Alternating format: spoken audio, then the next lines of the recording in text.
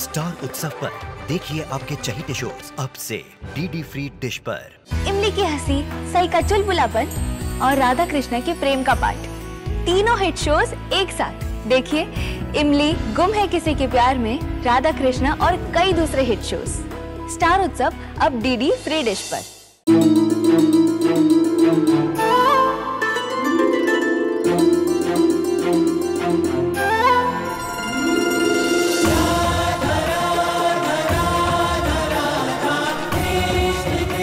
उत्तर प्रदेश की ब्रजभूमि से आरंभ हुई वो प्रेम गाथा जिसने पूरे जग को समझाई प्रेम की परिभाषा।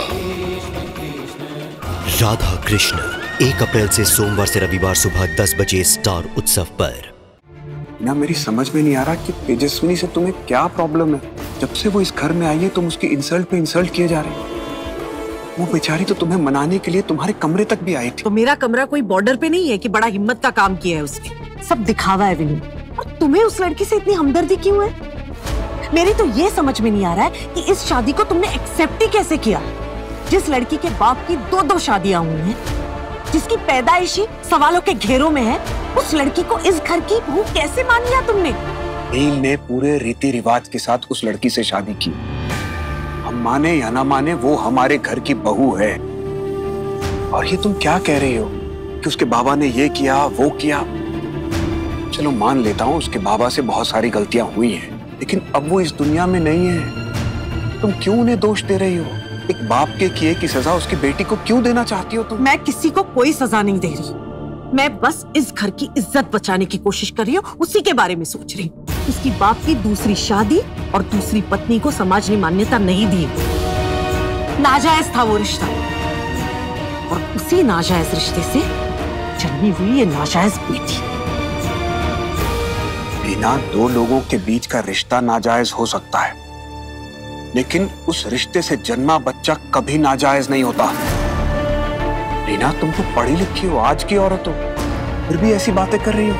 पहली बार तुम्हारे मुंह से मैं ऐसी बातें सुन रहा हूँ, और ट्रस्ट मी, मुझे बिल्कुल अच्छा नहीं लग रहा है, क्योंकि ऐसी बातें तुम्हारे मुंह पर बिल्कुल सूट नहीं कर रही है।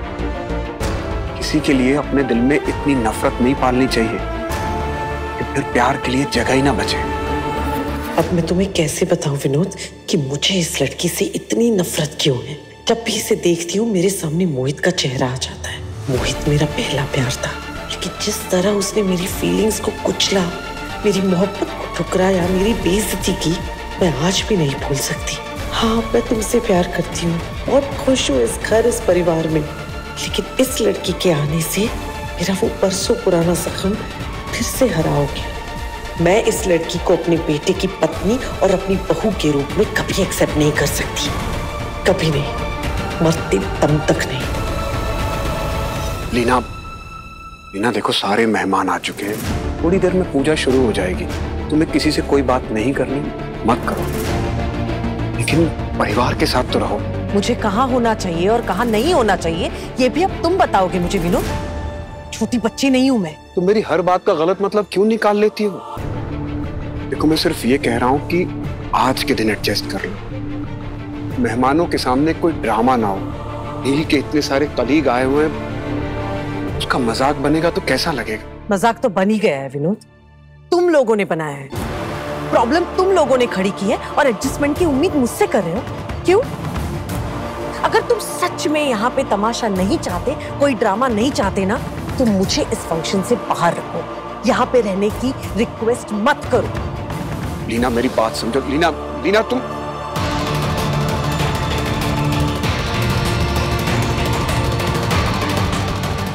घर की अशांति पता नहीं कब दूर होगी, तो बिल्कुल भी बर्दाश्त नहीं हो रहा। मैं इकलौते बेटे की शादी को एंजॉय नहीं कर पा रहा हूं।